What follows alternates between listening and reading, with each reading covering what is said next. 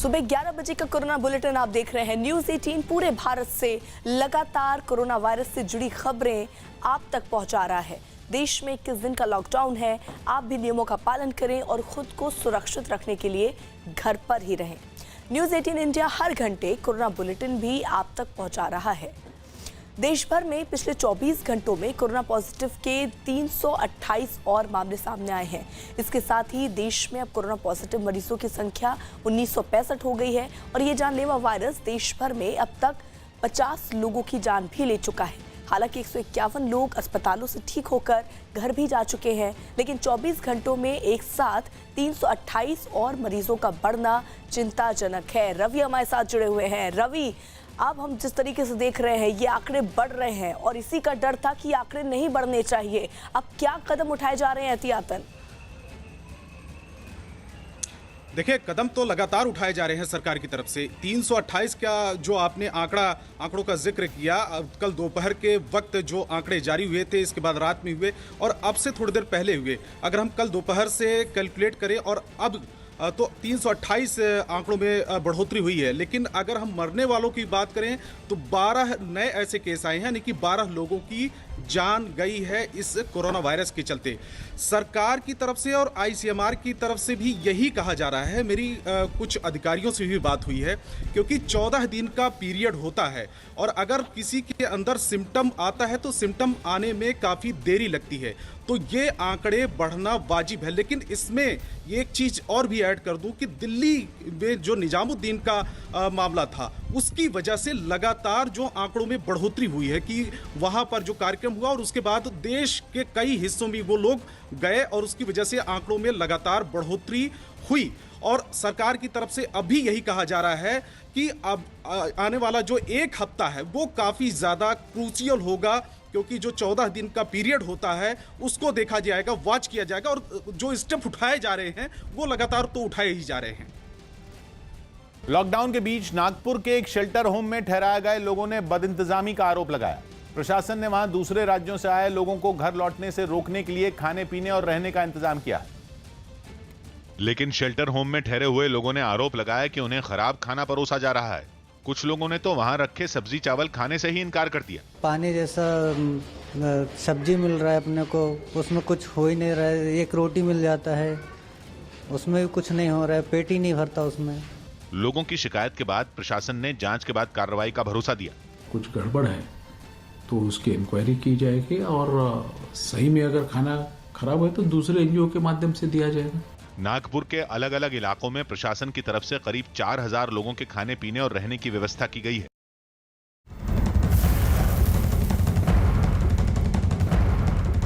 इस वक्त की बड़ी खबर मिल रही है उत्तर प्रदेश के नोएडा से, जहां सेक्टर 20 में एक घर की छत पर बड़ी संख्या में नमाज पढ़ने के मामले में एक शख्स की गिरफ्तारी हुई है। 11 लोगों के खिलाफ एफआईआर दर्ज की गई है। आपको बता दें, कोरोना के बढ़ते मामलों के बीच धारा 144 लागू है और सभी तरह के धार्मिक कार्यक्रमों पर भी रोक लगा दी गई। उसके बावजूद भी इस घर की छत पर नमाज पढ़ी गई थी, बड़ी संख्या में लोग जुटे थे और इस मामले में एक शख्स की गिरफ्तारी हुई है, जबकि 11 लोगों के खिलाफ एफआईआर दर्ज हुई है। नोएडा में लगातार कोरोना के मामले बढ़ रहे हैं। इस सबके बीच बड़ी खबर यह कि एक शख्स की गिरफ्तारी हुई है। दरअसल मामला यह था कि एक घर की छत पर बड़ी संख्या में लोग जुटे थे, नमाज पढ़ने का मामला सामने आया था। इस मामले में एक शख्स की गिरफ्तारी हुई है, जबकि 11 लोगों के खिलाफ दर्ज हुआ है मामला। तो कोरोना के मामलों के बीच धारा 144 लगा दी गई, यानी एक साथ लोग नहीं जुट सकते, भीड़ नहीं जुट सकती। सभी तरह के जो धार्मिक कार्यक्रम हैं उन पर भी पूरी तरीके से पाबंदी है। लॉकडाउन है 14 अप्रैल तक। लॉकडाउन का उल्लंघन करते हुए, धारा 144 को तोड़ते हुए इस घर की छत पर बड़ी संख्या में लोग जुटे थे और इन लोगों ने नमाज पढ़ी थी। सेक्टर 20 का यह मामला है, जहां एक घर की छत पर बड़ी संख्या में नमाज पढ़ने के मामले में एक शख्स को अब पकड़ा गया, एक शख्स की गिरफ्तारी हुई है। आपको बता दें, इस पूरे मामले में 11 लोगों के खिलाफ मामला दर्ज किया गया था। तो नोएडा के सेक्टर 20 का यह मामला, धारा 144 तोड़ी गई और धार्मिक कार्यक्रम का आयोजन किया गया, जबकि धारा 144 लागू है, लॉकडाउन है, सभी तरह के जो धार्मिक कार्यक्रम है उस पर पूरी तरीके से पाबंदी है। बावजूद इसके इस घर में एक बड़ा आयोजन हुआ था, कार्यक्रम हुआ था, जिसमें बड़ी संख्या में लोग जुटे थे, नमाज पढ़ी गई थी और पुलिस ने अब इस मामले में कार्रवाई करते हुए एक शख्स को गिरफ्तार किया है। 11 लोगों के खिलाफ मामला दर्ज हुआ है। तो कोरोना के मामले लगातार नोएडा में बढ़ रहे हैं। अजीत सिंह हमारे सहयोगी जुड़ गए हैं। अजीत, और क्या जानकारी मिल पा रही, कितनी संख्या में लोग जुटे थे और किस शख्स की गिरफ्तारी हुई है? देखिए, बिल्कुल ये बगैर परमिशन के नमाज पढ़ रहे थे लोग, छत पे इकट्ठा हुए थे, जिसकी गिरफ्तारी की गई। कहा जा रहा है कि जिसने इस पूरे कार्यक्रम की तरह से लोगों को बुलाया था नमाज अदा करने के लिए, उन सभी लोगों को खिलाफ कार्रवाई की तैयारी की जा रही है और FIR भी दर्ज कर लिया गया है। और ऐसे कई सारे मामले पूरे उत्तर प्रदेश में देखने को मिले हो, चाहे लखनऊ हो, चाहे कानपुर हो या जो बुलंदशहर हो, वहाँ ऐसे FIR दर्ज किए गए जहाँ लोग दूसरों को बुला रहे हैं, मस्जिद में रोक रहे हैं या नमाज अदा कर रहे हैं। तो नोएडा में एक गिरफ्तारी हुई है। अब उस गिरफ्तार युवक से पूछताछ की जा रही है और उस पूछताछ के आधार पर वो और कई सारे लोगों की गिरफ्तारी होगी जो इस कार्यक्रम में शामिल हुए थे और कोरोना वायरस के इस महामारी के अलर्ट के बाद भी लोगों ने भीड़ इकट्ठा की और नियम को तोड़ा, लॉकडाउन को तोड़ा और धारा 144 का भी उल्लंघन किया। तो उनके खिलाफ धारा 188 के खिलाफ के तहत कार्रवाई की जाएगी और पुलिस एक्शन भी लेगी इसमें। अमेरिका में लगातार बिगड़ते हालात के बीच राष्ट्रपति डोनाल्ड ट्रंप ने कोरोना वायरस से लाखों लोगों की मौत की आशंका जताई है। अमेरिका में कोरोना के करीब 1,90,000 मामले सामने आ चुके हैं, जिसके बाद राष्ट्रपति डोनाल्ड ट्रंप ने हालात और खराब होने की आशंका जताई।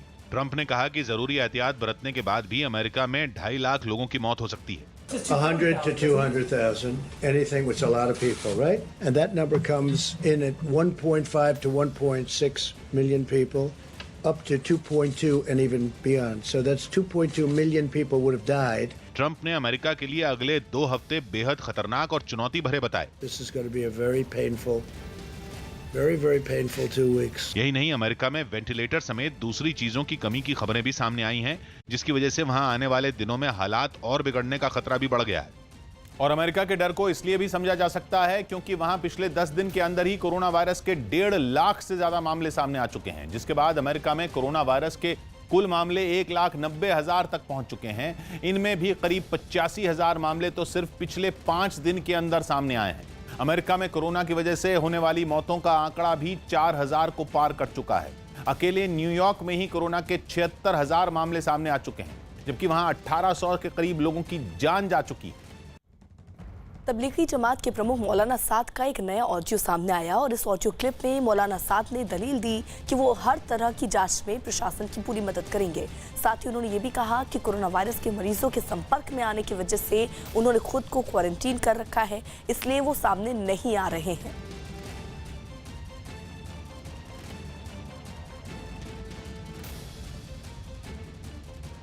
अस्सलामु अलैकुम वरहमतुल्लाहि वबरकातुहू। नहमदुहु व नुसल्ली अला रसूलिहिल करीम मा बाद।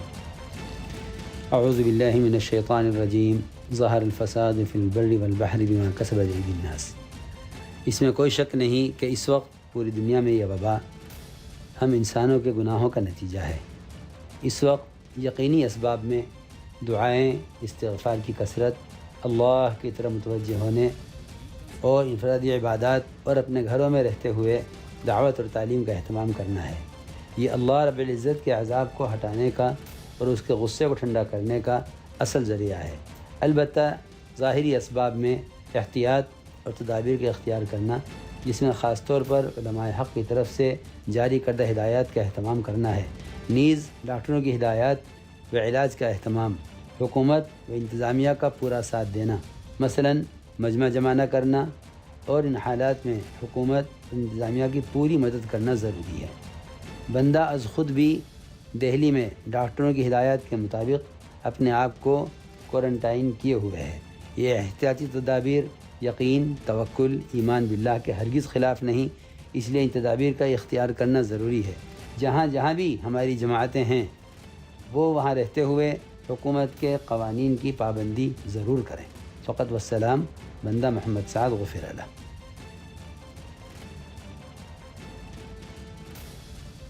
दिल्ली के सर गंगाराम अस्पताल के डॉक्टर श्याम अग्रवाल ने कहा कि हो सकता है भारत में कोरोना उतना खतरनाक साबित न हो जितना अमेरिका और यूरोप के देशों में हो रहा है। उन्होंने इसकी कुछ वजहों के बारे में भी बताया। पहला दावा उन्होंने ये किया कि कोरोना उन लोगों के लिए ज्यादा खतरनाक साबित हो सकता है जिनका blood group A positive. Bharat में ऐसे लोगों की संख्या केवल 20% है। ऐसे में डॉक्टर श्याम अग्रवाल का दावा है कि भारत में कोरोना का खतरा कम हो सकता है। इसके अलावा उनका दावा है कि अभी तक दुनिया भर में इस वायरस से बुजुर्गों की मौत के मामले ज्यादा आ रहे हैं। जबकि भारत में युवा आबादी ज्यादा है। ऐसे में डॉक्टर श्याम अग्रवाल का कहना है कि यह भी एक वजह हो सकती है जिससे भारत में कोरोना कम खतरनाक रहे। भारतवर्ष में जो वायरस है वो थोड़ी सी डिफरेंट है और उसके डिफरेंस होने की वजह से उसकी विरुलेंस या उस वायरस की कैपेबिलिटी, वो सीरियस बीमारी जिसमें कि बुखार, भर्ती होना, सांस नहीं आना, वेंटिलेटर की जरूरत पड़ना है, तो वो शायद इंडिया में वो वायरस नहीं है, कम विरुलेंट वायरस है।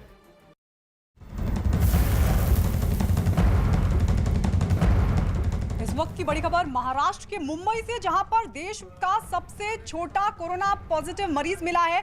ये 3 दिन का बच्चा बताया जा रहा है, उसकी मां भी कोरोना पॉजिटिव पाई गई है। दरअसल 26 मार्च को चेंबूर के एक निजी अस्पताल में महिला की डिलीवरी हुई थी और तभी से महिला और उसका 3 दिन का बच्चा कोरोना पॉजिटिव पाया गया है। घर वालों का यह आरोप है, परिवार का यह आरोप है कि दरअसल कोरोना पॉजिटिव मरीज के बगल में ही महिला की डिलीवरी कराई गई थी। विवेक गुप्ता हमारे सहयोगी लाइव जुड़ गए हैं। विवेक, घर वाले जो आरोप लगा रहे हैं वो तो बेहद गंभीर आरोप है कि कोरोना पॉजिटिव मरीज के बगल में डिलीवरी कराई गई थी। बिल्कुल सही कहा गायत्री, आपने देखिए जो घर वाले आरोप लगा रहे हैं उसमें कहीं ना कहीं सच्चाई जरूर है, क्योंकि इस खबर की पुष्टि अब खुद बीएमसी ने भी की है। जब बीएमसी ने इस पूरे मामले की जांच पड़ताल की तो पता चला कि चेंबूर के एक बड़े प्राइवेट अस्पताल में एक औरत डिलीवरी पहुंची थी और जो जब जांच की गई तो पता चला कि जिस समय डिलीवरी हुई थी और उसका जो 3 दिन का बच्चा था उसको उसी वार्ड में रखा गया और उस वार्ड में ठीक उसके बगल वाले बेड पर एक कोरोना पॉजिटिव का मरीज भी था। तो एक बड़ी लापरवाही आप बोल सकते हैं कि सरकारी जो प्राइवेट अस्पताल की तरफ से है। यही वजह है कि बीएमसी ने कड़ी कार्रवाई करते हुए जो बड़ा अस्पताल था उसको पूरी तरह से सील कर दिया है और जो भी उसके मालिक हैं और जो भी उसके ट्रस्टी है उस पर कानूनी कार्रवाई करने की तैयारी कर रहे हैं। लेकिन अब जिस तरह से मामले ये सामने आ रहा है उसके बाद जो पॉजिटिव मरीज था उस अस्पताल में, उसे अब मुंबई के सरकारी अस्पताल कस्तूरबा में एडमिट कराया गया है। साथ ही साथ जो महिला थी और उसका 3 दिन का बच्चा, तो आप समझ सकते हैं कि 3 दिन का बच्चा है। देश में ये शायद पहला ऐसा मामला होगा जो सबसे छोटा पॉजिटिव कोरोना वायरस का पॉजिटिव केस आया होगा। 3 दिन के बच्चे को भी कोरोना वहाँ पे कस्तूरबा अस्पताल में भर्ती कराया गया और उसका इलाज चल रहा है। हालांकि राहत की बात यह है कि जो डॉक्टर्स कस्तूरबा में है उनका साफ तौर पर कहना है कि जो माँ और बच्चे दोनों आउट ऑफ डेंजर है, यानी खतरे के निशान से बाहर है। उन सब का इलाज किया जा रहा है और प्रॉपर अटेंशन दिया जा रहा है उस बच्चे के लिए, क्योंकि बच्चे की जो इम्यून सिस्टम है वो काफ़ी ज़्यादा कमज़ोर होता है। इसलिए जो अस्पताल है वो अपने पूरी फोकस उस बच्चे पे किया हुआ है कि बच्चे की जो उम्र है वो सिर्फ 3 से 4 दिन का बच्चा है और जो माँ है जिसने डिलीवरी की है उसके भी खास इंतजाम और खास देखभाल की जा रही है, क्योंकि जो इम्यून सिस्टम है ऐसे समय में डॉक्टर का मानना है कि इम्यून सिस्टम दोनों का कमज़ोर रहता है, इसलिए उन पर ज़्यादा फोकस किया जा रहा है। और साथ ही साथ जो मरीज पॉजिटिव पाया गया था प्राइवेट हॉस्पिटल में उसे भी अब कस्तूरबा शिफ्ट किया गया है, यानी कि तीनों को इलाज वहीं लॉकडाउन के दौरान महाराष्ट्र के नागपुर में बेवजह घर से बाहर निकलने वालों को सबक सिखाने के लिए पुलिस ने अनोखा तरीका निकाला। पुलिस ने लॉकडाउन तोड़ने वालों से योग कराया और इस दौरान सोशल डिस्टेंसिंग का भी खास ख्याल रखा गया। इसके लिए पुलिस ने सड़क पर कुछ दूरी पर गोल घेरे बना दिए और फिर इन लोगों को सजा देने के लिए उनसे योग करवाया। योग करने के दौरान लॉकडाउन तोड़ने वाले ये सभी लोग मुंह को मास्क और कपड़े से ढके दिखाई दिए। कोरोना के बढ़ते प्रभाव के बीच आयुष मंत्रालय ने शरीर की प्रतिरोधक क्षमता बढ़ाने के लिए कई उपाय सुझाए हैं। इनमें दिन भर गर्म पानी पीने, घर में पाई जाने वाली आयुर्वेदिक चीजों के सेवन से लेकर कई और उपाय सुझाए गए हैं। प्रधानमंत्री नरेंद्र मोदी ने आयुष मंत्रालय के इन उपायों को ट्वीट किया और कहा कि ये उपाय आसानी से अपनाए जा सकते हैं। पीएम मोदी ने लोगों से अपील की कि वो इन उपायों को अपनी जिंदगी का हिस्सा बनाएं और दूसरों से भी साझा करें। कोरोना से जंग के बीच आज पीएम मोदी राज्यों के मुख्यमंत्रियों से वीडियो कॉन्फ्रेंसिंग के जरिए बात भी करेंगे।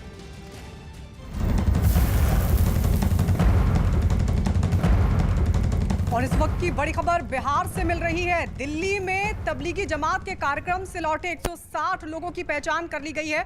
बताया जा रहा है कि 160 लोग बिहार पहुंचे थे, जिसमें 86 लोग बिहार के रहने वाले बताए जा रहे हैं और इनमें से 72 लोगों की पहचान की जा चुकी है। इसमें से जो कुछ लोग हैं वो बिहार के अलग अलग जिलों में क्वारंटीन कर दिए गए हैं, जबकि खास बात है कि 59 विदेशी नागरिक हैं जो बिहार से आए। चंद्रमोहन हमारे सहयोगी जुड़ गए हैं। चंद्रमोहन, क्या जानकारी और मिल पा रही है?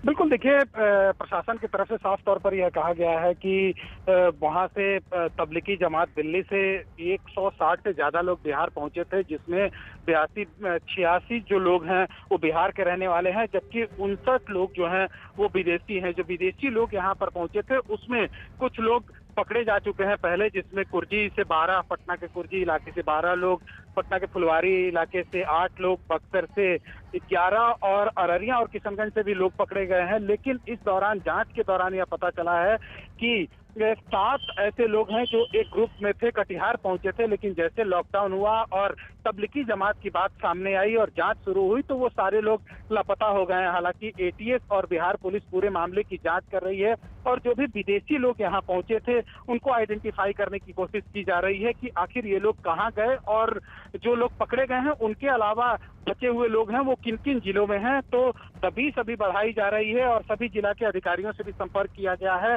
एटीएस की स्पेशल टीम जो है उसको इसमें लगाया गया है। पूरे मामले की जांच भी की जा रही है और जल्द ही यह दावा किया जा रहा है कि उन लोगों को भी आइडेंटिफाई कर लिया जाएगा और उनको भी क्वारंटाइन किया जाएगा।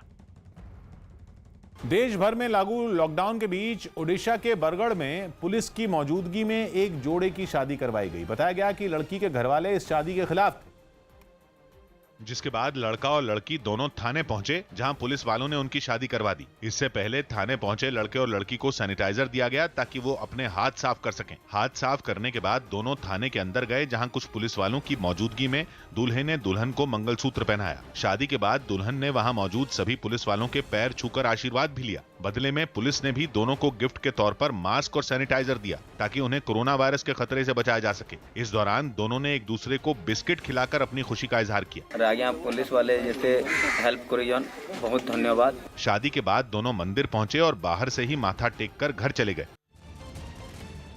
दिल्ली में तबलीगी जमात की मरकज में हरियाणा के पलवल के 12 लोग शामिल हुए थे। इसमें से 3 लोगों में कोरोना वायरस की पुष्टि हुई है। तीनों लोगों को पलवल के सरकारी अस्पताल में भर्ती कराया गया है। पलवल पुलिस व स्वास्थ्य विभाग की टीम ने इन लोगों के संपर्क में आए 180 लोगों को भी क्वारंटीन किया है।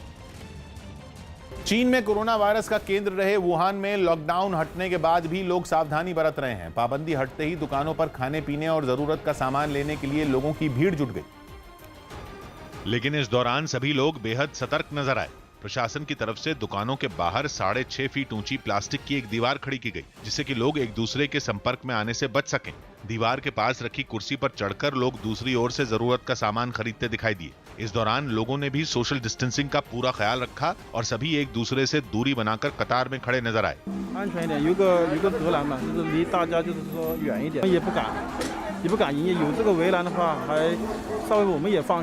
सुपरमार्केट के बाहर भी खरीदारी के लिए लोग लाइनों में खड़े दिखाई दिए। इस दौरान वहां का एक कर्मचारी लोगों के शरीर के तापमान की स्क्रीनिंग करता नजर आया। एक छोटे से लाउड स्पीकर के जरिए सभी को दूरी बनाकर खड़े रहने और मास्क को सही तरीके से पहनने की सलाह भी दी गई।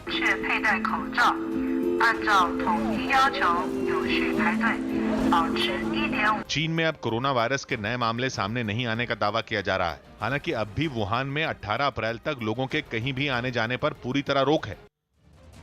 मध्य प्रदेश के इंदौर में कोरोना संदिग्ध एक महिला की जांच करने पहुंची स्वास्थ्य विभाग की टीम से बदसलूकी का मामला सामने आया। आरोप है कि महिला के पुलिस वालों और मोहल्ले के लोगों ने स्वास्थ्य विभाग की टीम पर पथराव कर दिया और थूक कर उन्हें भगाने की कोशिश की। हालांकि पुलिस के आने के बाद पथराव कर रहे लोग भाग गए। वहीं इस घटना के बाद स्वास्थ्य विभाग की टीम ने इस तरह के हालात में काम नहीं कर पाने की चेतावनी दी। स्क्रीनिंग के लिए हमें जो स्वास्थ्य डिपार्टमेंट ने बोला था उसके लिए हम लोग गए थे। वहाँ पे हम लोग 3 दिन से मैं और डॉक्टर जाकिया जा रहे हैं, डेली स्क्रीनिंग कर रहे हैं, पेशेंट को देख रहे हैं। आज भी हमको पॉजिटिव कि कोई कांटेक्ट की हिस्ट्री मिली थी तो हम वहाँ गए थे देखने के लिए। बस उन्होंने आए और हम लोग ने जैसे ही पूछना शुरू किया पत्थर फेंकना शुरू कर दिए दोनों। आप कितने लोगों की टीम गई थी वहाँ पर? मैं और ये डॉक्टर जाकिया, हम 2 टीम डॉक्टर थे और हमारे साथ ANM और वो थे आशा कार्यकर्ता। साथ में तहसीलदार सर भी थे, वो अच्छा हुआ और पूरी फोर्स भी थी। सो दैट्स व्हाई हम लोग बच के आ गए, अदरवाइज बच नहीं सकते थे।